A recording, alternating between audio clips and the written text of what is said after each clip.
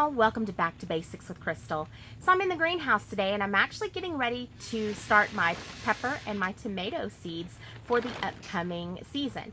Now you see the door opening and closing behind me. I have to leave it open because otherwise Roscoe will rip my plastic trying to get the door open. So I just leave it open to make it easier for him. My kids, on the other hand, this is a great hiding place for me from my kids because they don't dare come out here. They're afraid I'm going to put them to work. And they're right. So, before we get started on actually putting our seeds in some dirt and wetting them for the season, I want to talk to you guys about 5 points that I have for the upcoming garden season. 5 things that you should consider in your planning. One is learning your zone.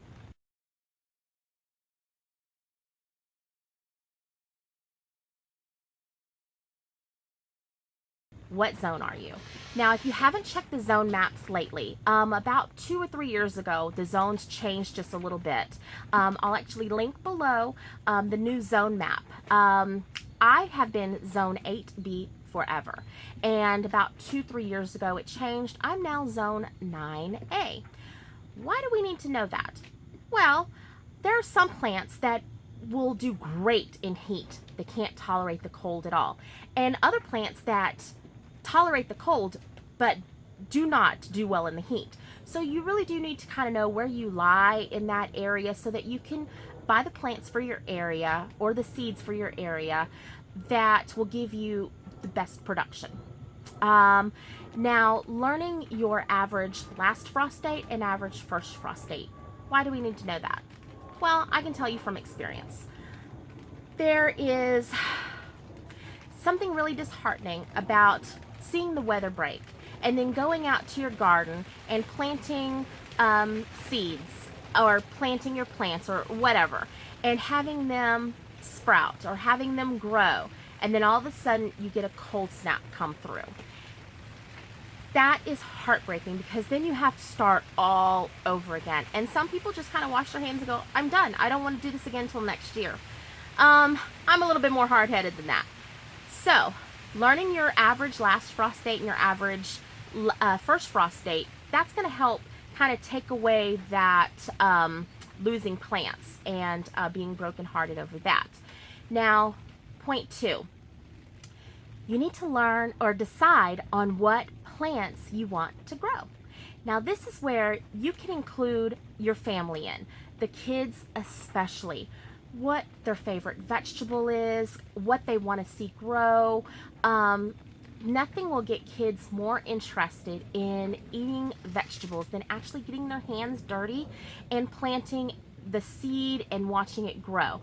They don't have to tell you what kind of variety. Oh, I want a rattlesnake pole bean. They just have to tell you, I want green beans. And then it's up to you to find out what variety you want to grow. So, decide what you want to grow. Number 3, location. Now, if you don't already have a spot picked out, my spot's already picked out. I have a huge area. It's probably about a 1/4 acre. And not all of it is incorporated into the garden yet. But if you don't already have a spot picked out, you want to consider the things that you want to grow. Are you wanting to grow more things that are dependent on the sun? Lots of vegetables love full sun. They don't like the shade. And there are some vegetables and herbs especially that as it gets in later into the growth season, they don't like full sun. They want to start bolting on you and flowering. And then you have to decide if you're going to put a shade cloth over them or what exactly you're going to do. So location. Also, this is kind of where I want to point out. If you're brand new to gardening and this is going to be your first garden, don't do like I did and run out and put it in a 100 by 100 garden. That could be extremely overwhelming for somebody just starting out. If I had to do it over again, I would go in with something like a 10 by 10. I'd probably do a 20 by 20. Depending on how much time you actually have to invest in your very first garden. so many people go through the seed catalog or go through the nursery and they pick out so much stuff and they end up having to put in a big huge garden, and you have bugs to deal with, and you have water and plants dying. You know, there's all kinds of factors that a first-time gardener doesn't know right out the gate. So I say start small. Best advice I can give you guys. So we had the let's go back through this. First one, learn your zone and your average and last frost date. Number 2, decide what plants you want to grow.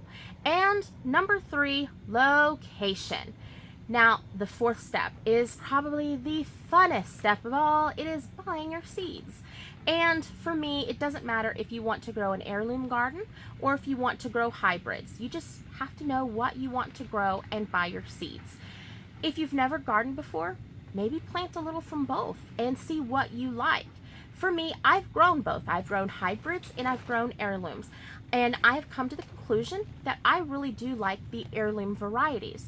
They have characteristics that you just don't see in hybrids. I actually think that my heirlooms last year were a little bit more pest tolerant than some hybrid varieties that some local friends grew, like squash and the squash boars. Lots of people around me had a really hard time with them last year, and I didn't. And I associate that to the heirloom variety because that's the only thing I can think of. There's no pesticides in my garden or anything like that. So that was the only thing. Okay, now my 5th point, my 5th and final point. Try something new. When you get all these seed catalogs will come to you in the mail. Go through there and pick out new varieties that you've never seen before, something you've never tasted before.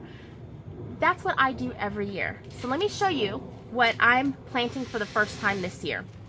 This right here, let's see, move my hand. This is a banana melon. Now, before my dad passed, he told me that his mom grew a very long cantaloupe, and it was really, really yummy, but he didn't know what it was. And after my dad passed, I mentioned something to my aunt about a cantaloupe that was long and skinny, and she said it's a banana melon. So I found the seeds this year, and I'm gonna plant it. So this is something new I've never planted. I think I read someplace that they kind of taste like a banana cantaloupe type thing. So we'll see. Hopefully they grow for me. And the other thing are these Rosella. Now this is Rosella Red, and it's actually a hibiscus plant. I attempted growing these last year, but I got them in the ground too late and they didn't do well. So we're gonna try it again this year. So let's go back to the points. Number 1, learn your zone. Really simple, learn your zone, learn your average last frost date, your average first frost date. Number 2, decide what you want to grow. Get the family involved, especially the kids. Get them involved. Number 3, location. Do you want to grow your plants that you picked out in step 2? Are they more for the sun, or you have more shade variety? So location. Number 4, buy your seeds. And number 5, try something new. Anyway, I hope you guys like this video, and I hope this helps with making your plan.